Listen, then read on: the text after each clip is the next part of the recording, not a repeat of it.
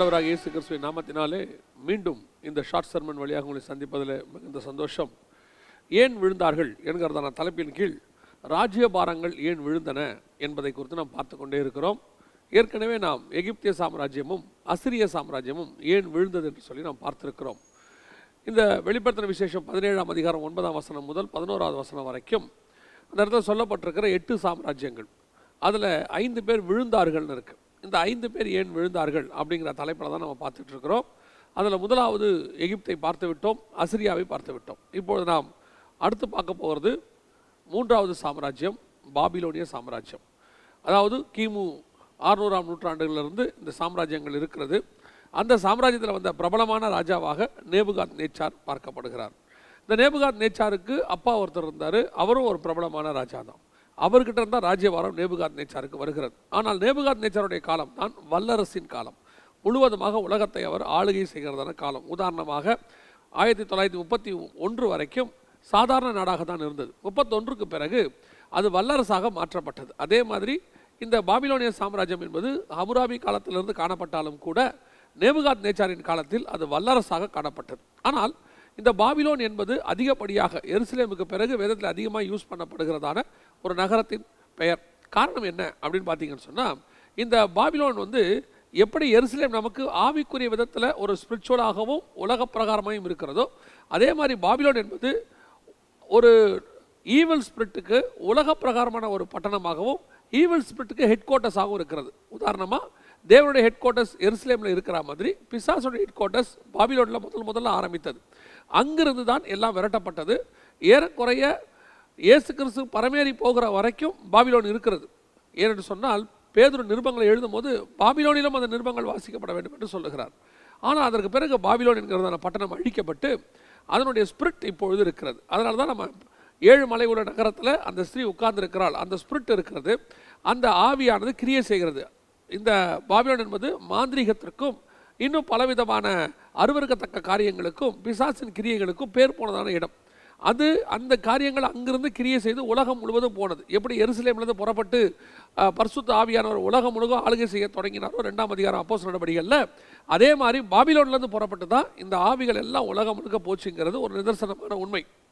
இந்த பாபிலோனில் வந்த இந்த ராஜா யாருன்னு சொன்னால் நேபுகாத் நேச்சார். இந்த பாபிலோனிய சாம்ராஜ்யம் வீழ்ச்சிக்கு என்ன காரணம்? முதலாவதாகவே அது நியூ வேர்ல்டு ஆர்டருடைய ஹெட் குவார்ட்டர்ஸாக இருந்தது. உதாரணமாக ஆதியாகமம் 11ஆம் அதிகாரத்திலேயே இருந்துச்சு. ஆனால் அவங்க என்ன அங்கே பண்ணாங்க அப்படின்னு சொல்லி நீங்கள் பார்த்தீங்கன்னு சொன்னால், ஒரு கோபுரத்தை கட்டுகிறார்கள். வானலாவே ஒரு கோபுரம், நமக்கு பேர் உண்டாகும்படி ஒரு நகரத்தை கட்டுவோம். இதில் நிறைய பேர் என்ன சொல்கிறாங்கன்னா, நமக்கு பேர் உண்டாகும்படி நகரத்தை கட்டினது தான் அங்கே பிரச்சனை, அவங்க சுய பெருமையை விரும்பினாங்க அப்படின்னு சொல்கிறாங்க. இல்லை, அங்கே நகரம் கட்டினது தான் பிரச்சனை. நகரமே அவர்கள் கட்டக்கூடாது. என்ன நகரம் ஏன் கட்டக்கூடாது அப்படின்னு கேட்டிங்கன்னா, தேவனுடைய திட்டத்தில் ஒரு நகரம் இருக்கிறது. இது தேவனுடைய திட்டத்தில்னா நான் சொல்கிறது ஆதீனத்தில். இந்த திட்டத்தை பற்றி ஆண்டவர் சிலருக்கு வெளிப்பாடுகளை கொடுத்துருந்தார். இந்த திட்டத்தை பற்றின வெளிப்பாடு யாருக்கு இருந்ததுன்னா ஆபேலுக்கு இருந்தது.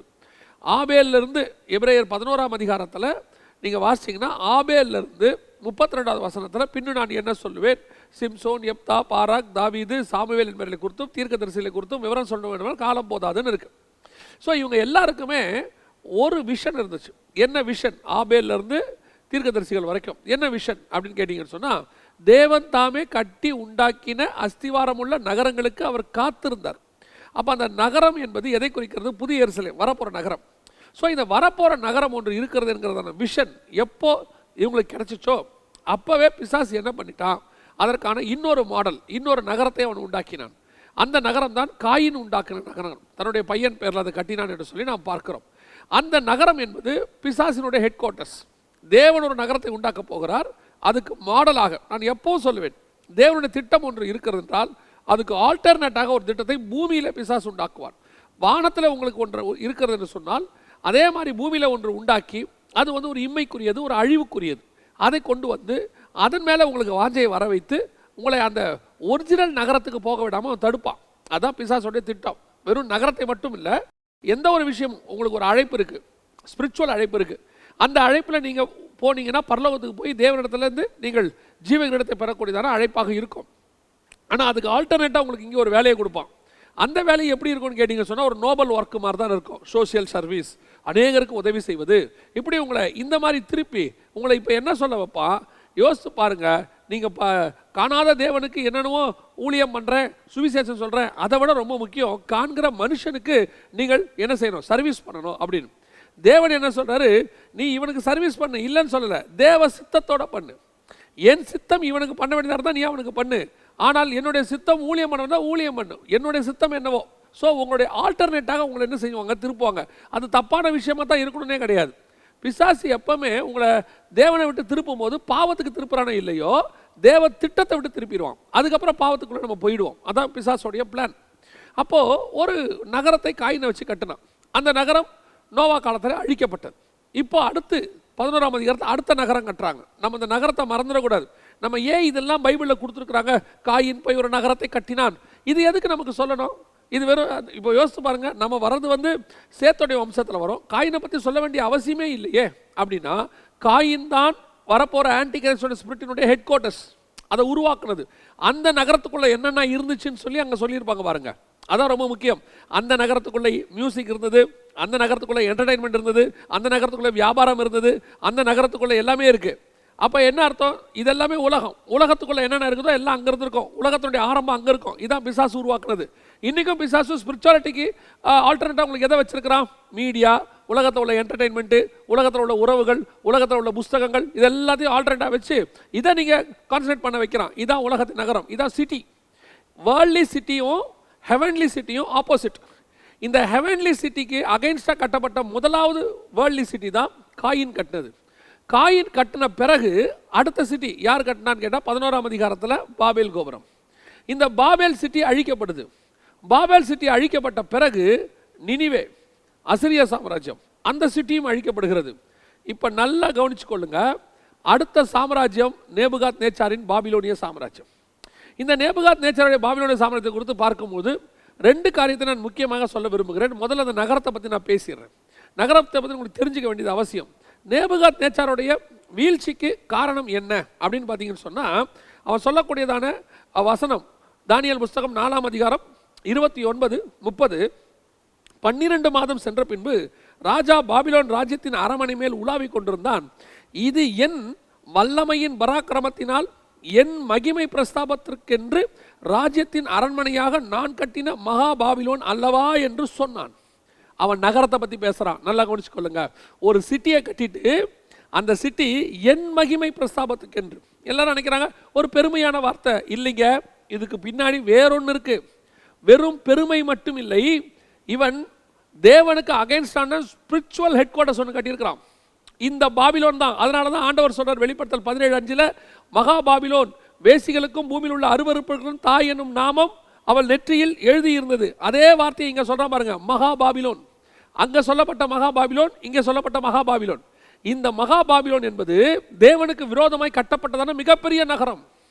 இந்த மிகப்பெரிய நகரத்தை கட்டிவிட்டு அதை பார்க்கிறான். இப்போ அவனுக்கு ஒரு சாட்டிஸ்ஃபேக்ஷன், நான் தேவனுக்கு விரோதமாக, ஆனால் அவனுக்கு தெரியாது தேவனுக்கு விரோதமாக. அதனால தான் இந்த வார்த்தை அவன் வாயில் இருக்கும் போதே பல நேரங்களில் நாம் யாருக்கு விரோதமாக செயல்படுறோம்னு தெரியாமல் செஞ்சுக்கிட்டு இருக்கிறோம். நிறைய பேருக்கு, இன்னும் நான் சொல்லுவேன், ஆவிக்குரியவர்களுக்கு, ஸ்பிரிச்சுவல் பர்சன்ஸ்க்கு, ஊழியக்காரர்களுக்கு கூட இந்த ஸ்பிரிட்டை நிதானிக்கிற அறிவில்லை. இது தேவனுக்கு விரோதமாக கட்டப்படுகிறதான கட்டணம். நல்லா கவனிச்சுக்கொள்ளுங்க. பைபிளில் பலவிதமான உபதேசங்கள் இருக்கு. டீப்பாக நான் கொஞ்சம் உங்களுக்கு சொல்கிறேன். நம்மளுடைய வேத வார்த்தை நீங்கள் கவனிச்சுக்கிட்டு வருவீங்கன்றதுனால உங்களுக்கு புரியும்படி சொல்கிறேன். பைபிளில் டிராவல் என்பது ஒரு விதமான உபதேசம், பிரயாணம் என்பது. இந்த பிரயாணத்துக்கு யாத்ராகம்னு ஒரு புக்கே இருக்கு. அதே மாதிரி கன்ஸ்ட்ரக்ஷன் என்பது ஒரு உபதேசம். ஃபஸ்ட்டு காயின் கட்டுறாரு, இந்த பக்கம் பார்த்தீங்கன்னா நினிவே கட்டுறாங்க, அடுத்து பார்த்தா பாபிலோன் கட்டுறாங்க, அடுத்து பார்த்தா ஏழுமலை உள்ள நகரம் கட்டுறாங்க, மகா நகரம் அப்படின்னு சொல்லி வெளிப்படுத்தல் 17. இந்த பக்கம் இவங்க நகரம் கட்டிகிட்டே வராங்க. இந்த சைடு பாருங்க, ஆண்டவருடைய கன்ஸ்ட்ரக்ஷன் ஒன்று இருக்கு. ஃபர்ஸ்ட் என்ன செய்யப்பட்டது? பேழை கட்டப்பட்டது. அதற்கு பிறகு என்ன கட்டப்பட்டது? ஆசாரிப்பு கூடாரம். ஆசாரிப்பு கூடாரம் முடிஞ்ச உடனே அலங்கம் கட்டப்பட்டது. அலங்கம் கட்டப்பட்டு முடிச்ச உடனே தேவாலயம் கட்டப்பட்டது. தேவாலயம் கட்டி முடிச்சு இடிச்ச பிறகு இயேசு சொல்லிட்டு போனாரு, நான் உங்களுக்கு ஒரு வாசஸ்தலத்தை கட்டி கொண்டிருக்கிறேன், நான் போய் கொண்டு. இந்த கன்ஸ்ட்ரக்ஷன் நடக்கும். இது ஒரு வகையான ஸ்பிரிச்சுவல் உபதேசம். எப்படி ஒரு டிராவல் என்பது, ஒரு பக்கம் டிராவல், இந்த பக்கம் பார்த்தீங்கன்னு சொன்னா பூமி எங்கும் அவர்கள் சிதறி போனார்கள். யாரு? பாபிலோன்ல உள்ளவங்க.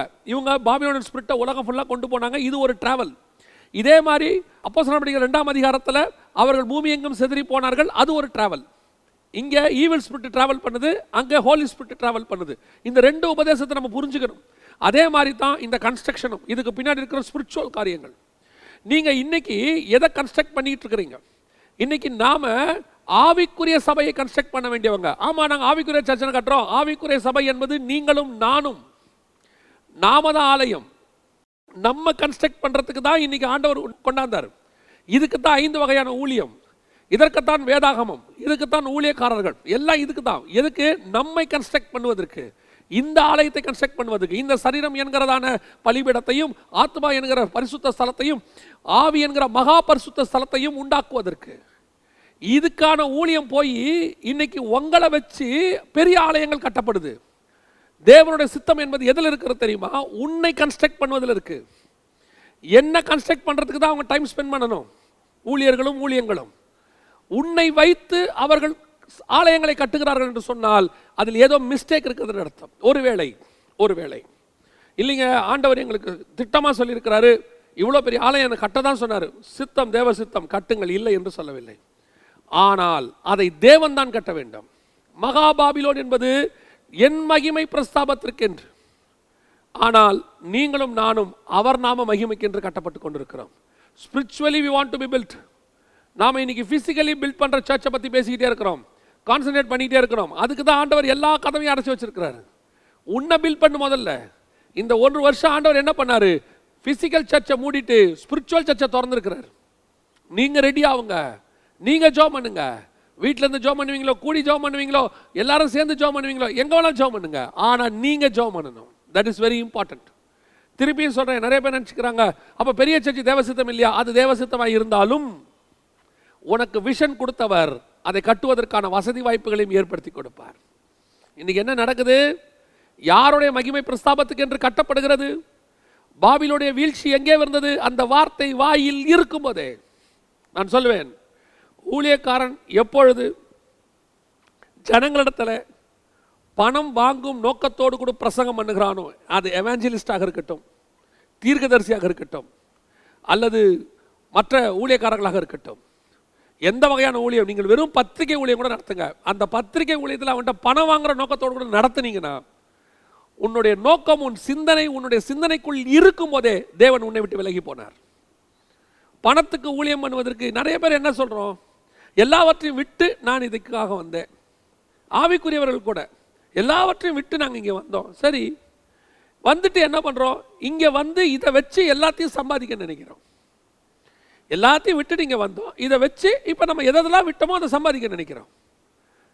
வசனம் சொல்லுது, என் மகிமை பிரஸ்தாபத்திற்கென்று, உனக்கென்று நீ எதையாவது கட்டினால், இந்த வார்த்தை வாயில் இருக்கும் போதே. முதலாவதாக பாபிலோன் ஏன் விழுந்தது தெரியுமா? அது தேவனுக்கு விரோதமான கன்ஸ்ட்ரக்ஷன். உங்களுடைய ஊழியம் தேவனுக்கு சாதகமான ஊழியமா, தேவனுக்கு விரோதமான ஊழியமா? யோசிச்சு பாருங்க. இந்த ஊழியம் பண்றோம், யாருக்கு ஊழியம் பண்றோங்கிறதா ரொம்ப முக்கியம். பெரிய ஆச்சரியம் என்னன்னா, ஒரு காலத்தில் பிசாசுக்கு ஊழியம் பண்ணுவாங்க, தேவனுக்கு ஊழியம் பண்ணுவாங்க. இன்னைக்கு தேவன் கூட இருந்துகிட்டே பிசாசுக்கு ஊழியம் பண்ணுவாங்க. ஒரு காலத்தில் இஸ்ரவேலர்களுக்கு எதிராக எழும்புறவங்க யாரா இருக்கும்னா பெலிஸ்தியர்கள், இப்படிப்பட்டவங்க இருப்பாங்க. ஒரு காலத்துக்கு பிறகு இஸ்ரவேலுக்கு விரோதமாக எழும்புறவங்க யாருன்னா இஸ்ரவேலே, தீர்க்கதரிசியை அடித்தவளே, ரத்தம் சிந்தினவளே, பலிபீட தண்டையில் கொலை செய்து போட்டவளே. ஆண்டவர் எருசலேமை பார்த்தே சொல்றார். கடைசி அவங்க உச்சமா யாரை கொண்டாங்க? இயேசுவையே கொண்டாங்க. இயேசு கூட இருந்தவனே ஒருத்தன் பிசாசா இருந்தான் பைபிள் சொல்லுது. அந்த மாதிரி தான் இன்னைக்கு. ஒரு காலத்தில் கிறிஸ்தவத்துக்கு விரோதமாக வெளியே நிறைய பேர் இருந்தாங்க, அவங்க கிறிஸ்தவத்துக்கு விரோதமாக எழும்புனாங்க. எழும்பி கிறிஸ்தவம் வளரக்கூடாதுன்னு சொன்னாங்க. அப்பெல்லாம் கிறிஸ்தவம் வளர்ந்துச்சு. ஆனால் இப்போ என்ன தெரியுமா? உள்ளுக்குள்ளேயே பிசாசுக்கு ஊழியம் பண்றவங்க நிறைய பேர் இருக்கிறாங்க. இவர்கள் சிந்தனை நினைத்து கொண்டிருக்கும் போதே எப்படி வாங்கலாம், பிளான் போடுறாங்க, எப்படி வாங்கலாம், எப்படி கட்டலாம். கன்ஸ்ட்ரக்ஷனை திருப்பியும் சொல்கிறேன், 3வது தடவையாக சொல்கிறேன், நான் கன்ஸ்ட்ரக்ஷனை கண்டம் பண்ணவில்லை. அந்த கன்ஸ்ட்ரக்ஷன் கர்த்தர் சொல்லுகிறதா இருக்கா? அந்த ஆசாரிப்பு கூடாரமானது கோடிக்கணக்கான ரூபாய் செலவாகும், லட்சக்கணக்கு செலவாகும். கர்த்தர் தான் கட்ட சொன்னார். ஆனால் தேவைகள் எப்படி வந்தது? கடைசியில் மோசே போதும் நிறுத்துங்கன்னாரு, ஸ்டாப். போதும் எங்கிட்ட இருக்கு. இந்த ஸ்டாப்புங்கிற வார்த்தை நம்ம வாயிலேருந்து என்னைக்காவது வந்திருக்குதா? என்னைக்காவது சொல்லியிருக்கிறோமா ஸ்டாப் அப்படின்னு? வர வர கன்ஸ்ட்ரக்ஷனை எக்ஸ்டெண்ட் பண்ணிக்கிட்டு தான் போகிறோமே ஒழிய ஸ்டாப்புங்கிறது நம்மக்கிட்ட வரவே இல்லை. பாருங்க, கர்த்தர் ஒரு பிளானை கொடுத்தாருன்னா அந்த பிளான் வந்து முடிஞ்சிருக்கும் அன்றைக்கே. 15 வருஷமா 30 வருஷமா 100 வருஷமா கன்ஸ்ட்ரக்ஷன் போயிட்டே இருக்கு. ஏன்? வந்துக்கிட்டே இருக்கு, கட்டிக்கிட்டே இருக்கும். அது கர்த்தர் கொடுத்ததில்லை. கர்த்தர் கொடுத்த பிளான் இருந்தால் கரெக்டாக முடியும். ஸ்டாப்புங்கிற வார்த்தை ஒன்று வரும். இன்னைக்கு மகா பாபிலோன் விழுந்தது. ரெண்டாவது, இந்த பாபிலோனுடைய வீழ்ச்சிக்கு என்ன காரணம்? இது ஸ்பிரிச்சுவல் வீழ்ச்சி. ரெண்டாவது, இந்த ராஜாக்கள் இருக்கிறாங்க பாருங்களேன், குறிப்பாக ராஜாக்கள், இவங்களுக்கு ஒரு சுபாவம் இருக்கு. இந்த சுபாவம் என்ன அப்படின்னு சொல்லி நீங்கள் கேட்டீங்கன்னு சொன்னால், இவர்கள் தேவனை வெளிப்படையாக ஏற்றுக்கொள்வார்கள் அல்லது மகிமைப்படுத்துவார்கள். வேறு அவங்களுக்குள்ள ஸ்பிரிச்சுவல் வேறு வரவே வராது. இப்போ இந்த நேபுகாத் நேச்சாரை வச்சு நான் ஒரு லைன் சொல்கிறேன், கவனிங்க. 2ஆம் அதிகாரத்தில் நேபுகாத் நேச்சார் ஒரு சொப்பனத்தை பார்க்கிறார். அந்த சொப்பனம் அவரை கலங்க பண்ணுகிறது. உடனே என்ன சொல்றாரு? அவர் சொல்ற வார்த்தை 47வது வசனம், 2:47, நீ இந்த மறைபொருளை வெளிப்படுத்தினபடியினால் மெய்யாய் உங்கள் தேவனே தேவர்களுக்கு தேவனும் ராஜாக்களுக்கு ஆண்டவரும் மறைபொருள்களை வெளிப்படுத்துகிறவனுமாய் இருக்கிறான் என்றான். அப்பொழுது அதுக்கு முந்தின வசனத்தில் ராஜா தானியேலை வணங்கி, அப்படின்னா என்ன அர்த்தம்? உடனே ஆண்டவர் அக்செப்ட் பண்ணிட்டாரு. இந்த விளக்கத்தை கொடுத்த உடனே அக்செப்ட் பண்ணிட்டார். Okay, right, fine. அப்போ ராஜா என்னவா இருக்கணும்? ஒரு ஸ்பிரிச்சுவல் பர்சனாக அன்னிலேருந்து வளர தொடங்கிருக்கணும். நடந்துச்சா? 3ஆம் அதிகாரத்தில் என்ன பண்ணுறாரு? ஒரு சிலை செய்கிறாரு, அதுவும் பொற்சிலை. ஏன்னா 2ஆம் அதிகாரத்தில் அவர் என்ன சொல்லியிருக்கிறார்? தானியேலு, அந்த பசும் பொண்ணாகிய தலை நீரேன்ட்டார். இப்போ இவர் பார்த்தாரு, அந்த பொண்ணு நானுனா வெள்ளி வெங்கலம் இரும்பு களிமண்லாம் வேற யாரும் இருக்கக்கூடாது. ராஜ்யபாரம் மொத்தம் யார் தான் இருக்கணும்? நான் தான் இருக்கணும், உலகத்தின் முடிவு வரைக்கும். அதான் நிரந்தர ராஜா அவர் சொல்றது. இன்னைக்கு நிறைய பேர் சொல்றாங்கல்ல நிரந்தர ராஜா, நிரந்தரம்னு. அந்த நிரந்தரங்கிற வார்த்தை அன்னைக்கு அவர் முடிவு பண்ணிட்டார். யாரு? நேபுகாத் நேச்சார். உடனே பொற்சிலையை செய்கிறார். செஞ்சு 3ஆம் அதிகாரத்தில் எல்லாரும் வணங்கணும், வணங்காட்டி தீயில போடுவேன். இப்போ ஸ்பிரிட் மாறுது பாருங்க. அதுக்கு முந்தின இதில் உங்கள் தேவனே மெய்யான தேவன், உண்மையான ஆவி அவருக்குள்ள வந்திருந்து ஆவியானவருக்குள்ள போயிருந்தார்னா, ஆவி நடத்துக்குள்ள வந்திருந்தார்னா, அடுத்த அதிகாரத்தில் இந்த மாதிரி ஒரு கட்டளை வந்திருக்காது. அடுத்து அவர் என்ன பண்ணுவார்? இவரும் தேவனை பணிந்து கொள்கிறா மாறி இருப்பார். இப்போ என்ன ஆகுது? பெருமை வருது, மேட்டுமை வருது. சரி, 3ஆம் அதிகாரத்தில் என்ன நடக்குது? இப்போ ஷாத்ராக் மேஷாக் ஆபேத்நேகோ பார்க்குறாரு. அவங்க அப்படியே உள்ள 4வது நபராக நிற்கிறாங்க. இது நடந்த உடனே அடுத்து நேபுகாத் நேச்சார் பண்ணுறதை பாருங்க. 28ஆம் வசனம், அப்பொழுது நேபுகாத் நேச்சார் வசனித்து, ஷாத்ராக் மேஷாக் ஆபேத்நேகோ என்பவருடைய தேவனுக்கு சோத்திரம், அவர்கள் தங்களுடைய தேவனை தவிர வேறொரு தேவனை சேவித்து பணியாமல் அவரையே நம்பி ராஜாவின் கட்டளையை தள்ளி தங்கள் சரீரங்களை ஒப்புக் கொடுத்ததினால் அவர் தமது தூதனை அனுப்பி நம்முடைய தாசரை விடுவித்தால், ஆதலால் ஷாத்ராக் மேஷாக் ஆபேத்நேகோ என்னுடைய தேவனுக்கு விரோதமாய் தூஷண வார்த்தைகளை சொல்லுகிற எந்த ஜனத்தானும் எந்த ஜாதியானும் எந்த பாஷைக்காரனும் துண்டித்து போடப்படுவான். பாருங்க, உடனே மனம் திரும்புதல், இமிடியேட்டா. திருப்பி 4ஆம் அதிகாரத்தில் என்ன பண்றாரு? நான் கட்டிய மகாபாபிலோன். உடனே வீழ்ச்சி. இதுதான் ராஜாக்கள் இருதயம். ராஜாக்களுடைய இருதயம் இப்படித்தான். இது வெறும் புறஜாதி ராஜாக்கள் மட்டும் இல்லை, இஸ்ரவேல் ராஜாக்களுக்கும் அப்படித்தான்.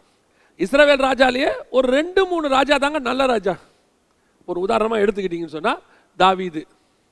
அதுக்கப்புறம் நீங்கள் எடுத்துக்கிட்டீங்கன்னா சாலமோன் கூட கிடையாது. சாலமோன் ஞானம் தான் ப்ளஸ் அவர் தேவனுக்கு கீழ்ப்படிந்த ராஜான்னு சொல்ல முடியாது. அதுக்கப்புறம் யோசபாத் கொஞ்சம் பரவாயில்ல. இந்த மாதிரி ஒரு எசேக்கியா, இந்த மாதிரி ஒரு ராஜாக்கள் இருந்தாங்களே ஒழிய, மொத்தமாக நீங்கள் எடுத்து பாருங்கள். ஃபர்ஸ்ட் ராஜா சவுல், அப்புறம் சாலமோனு, அதுக்கப்புறம் வந்த எல்லா ராஜாக்களும் மோசமான ராஜாக்கள். ஆகாப்பு, அப்புறம் மனாசே, எல்லாம் மோசமான ராஜாக்கள். சிதேக்கியா. அப்படின்னா என்ன அர்த்தம்? இந்த ராஜாக்களோட இருதயம் மேட்டுமை அடையும். ராஜாக்களோட இருதயம் பணத்துக்கு முன்னாடி போகும். ராஜாக்களோட இருதயம் ஸ்திரத்தன்மை இல்லாமல் இருக்கும். வெளியரங்கமாக சொல்லுவாங்க, உங்கள் தேவனே எங்கள் தேவன், இருதயத்துக்குள்ள வராது. இன்னைக்கும் ராஜாக்கள் அப்படித்தான் இருக்கிறாங்க. இதை யார் நம்புறா? நம்ம ஆட்கள் நம்புறாங்க. தானியேல் நம்ப மாட்டாரு.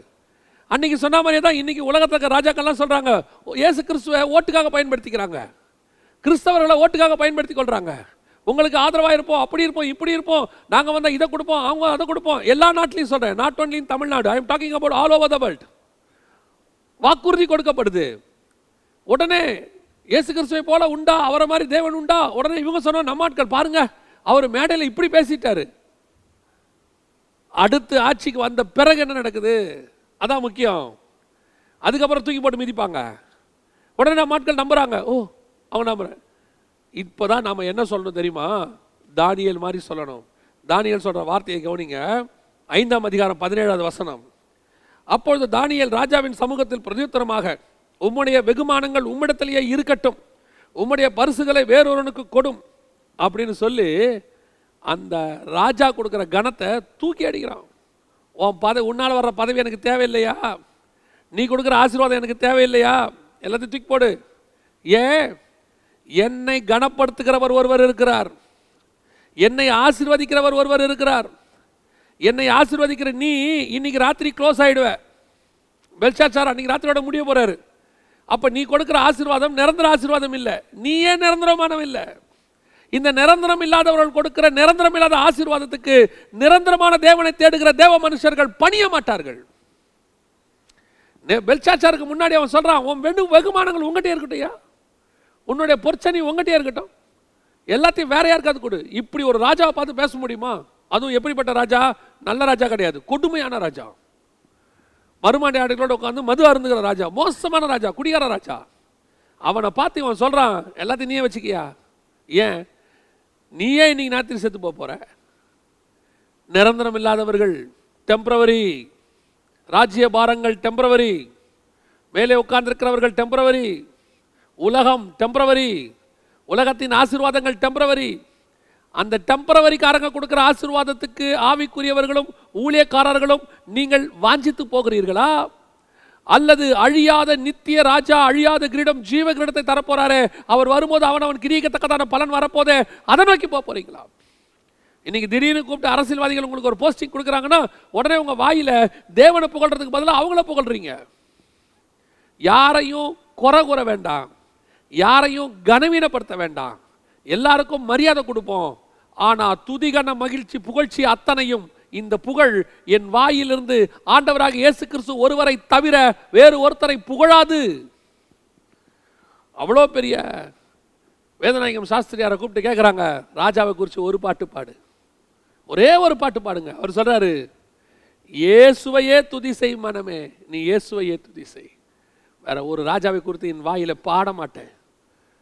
இன்னைக்கு வெகுமானங்களுக்கு பின்னால் ஓடுகிறவர் ஆவிக்குரியவர்கள், வெகுமானங்களுக்கு பின்னால் ஓடுகிற ஊழியர்கள், பதவிகளுக்கு பின்னால் ஓடுகிற ஆவிக்குரியவர்கள், பதவிகளுக்கு பின்னால் ஓடுகிற ஊழியர்கள் ராஜாக்களுக்கு பின்னால் ஓடிக்கொண்டு நிற்கிறார்கள். வேதம் சொல்லுகிறது, தைரியமா சொல்லணும், உங்க வெகுமானங்கள் உங்ககிட்டே இருக்கட்டும், நீங்க வச்சுக்கோங்க. ஏன், அது உங்களது, நீங்களும் அழிவீங்க, அதுவும் அழியும். ஆனா எனக்கு கொடுக்குற ராஜா ஒருத்தர் இருக்கிறாரு, அது அழியாத நித்திய ராஜா. அவர் கொடுக்கிற வெகுமானங்கள் ஒரு நாளும் அழிந்து போகாது. பாபிலோன் சாம்ராஜ்யம் தேவனுக்கு முன்பாக உயர்ந்த சாம்ராஜ்யமாக இருந்தது. ஆனால் அது தன்னை பிசாசுக்கு விட்டு கொடுத்தது, பிசாசின் கன்ஸ்ட்ரக்ஷனுக்கு விட்டு கொடுத்தது. ரெண்டாவது மனமேட்டுமைக்கு விட்டு கொடுத்தது. மூன்றாவது ராஜாக்கள் ஸ்திரத்தன்மை இல்லாதவர்களாக இருந்தார்கள். இந்த பாபிலோன் சாம்ராஜ்யம் மேதிய பெர்ஷிய சாம்ராஜ்யத்தின் மூலமாக ஜெயிக்கப்பட்டது. பெல்ஷாத்சார் காலத்தில் இந்த பாபிலோன் சாம்ராஜ்யம் விழுந்தது. 538ஆம் ஆண்டு பெல்ஷாத்சாரை வீழ்த்தி கோரேஸ் என்கிற ராஜா ராஜ்யபாரத்தை கட்டி கொண்டார். அதற்கு பிறகு மேதிய பெர்ஷிய சாம்ராஜ்யம் வளர்ந்தது, பாபிலோனிய சாம்ராஜ்யம் முடிவடைந்தது. இன்னைக்கும் பாபிலோனிய சாம்ராஜ்யத்தினுடைய நீட்சியாக ஈராக் இருக்கிறது, ஈராக் என்கிற தேசம் இருக்கிறது. ஈராக்கில் வந்த சதாம் ஹுசேன் கூட ஒரு நாள் சொன்னார், நான் மீண்டும் பாபிலோனை எடுத்து கட்டுவேன் அப்படின்னு சொன்னார். ஆனால் பாபிலோன் மீண்டும் வராது, கர்த்தர் தள்ளினது தள்ளினதே. மூன்றாவது சாம்ராஜ்யம் பாபிலோன் சாம்ராஜ்யம் வீழ்ச்சி அடைந்தது. காரணம் அவர்களுக்குள்ள இருந்ததான மனமேட்டுமை, தேவனுக்கு விரோதமான கன்ஸ்ட்ரக்ஷன், தேவனுக்கு விரோதமான சித்தங்களை தலையிடுதல், எல்லாத்தையும் செஞ்சாங்க. அடுத்த சாம்ராஜ்யம் மேதிய பெர்ஷியர்கள். இவர்கள் ஏன் விழுந்தார்கள்? கர்த்தருக்கு சித்தமானால் அடுத்த ஷார்ட் சர்மன் பகுதியில் உங்களை சந்திக்கிறேன். God plus.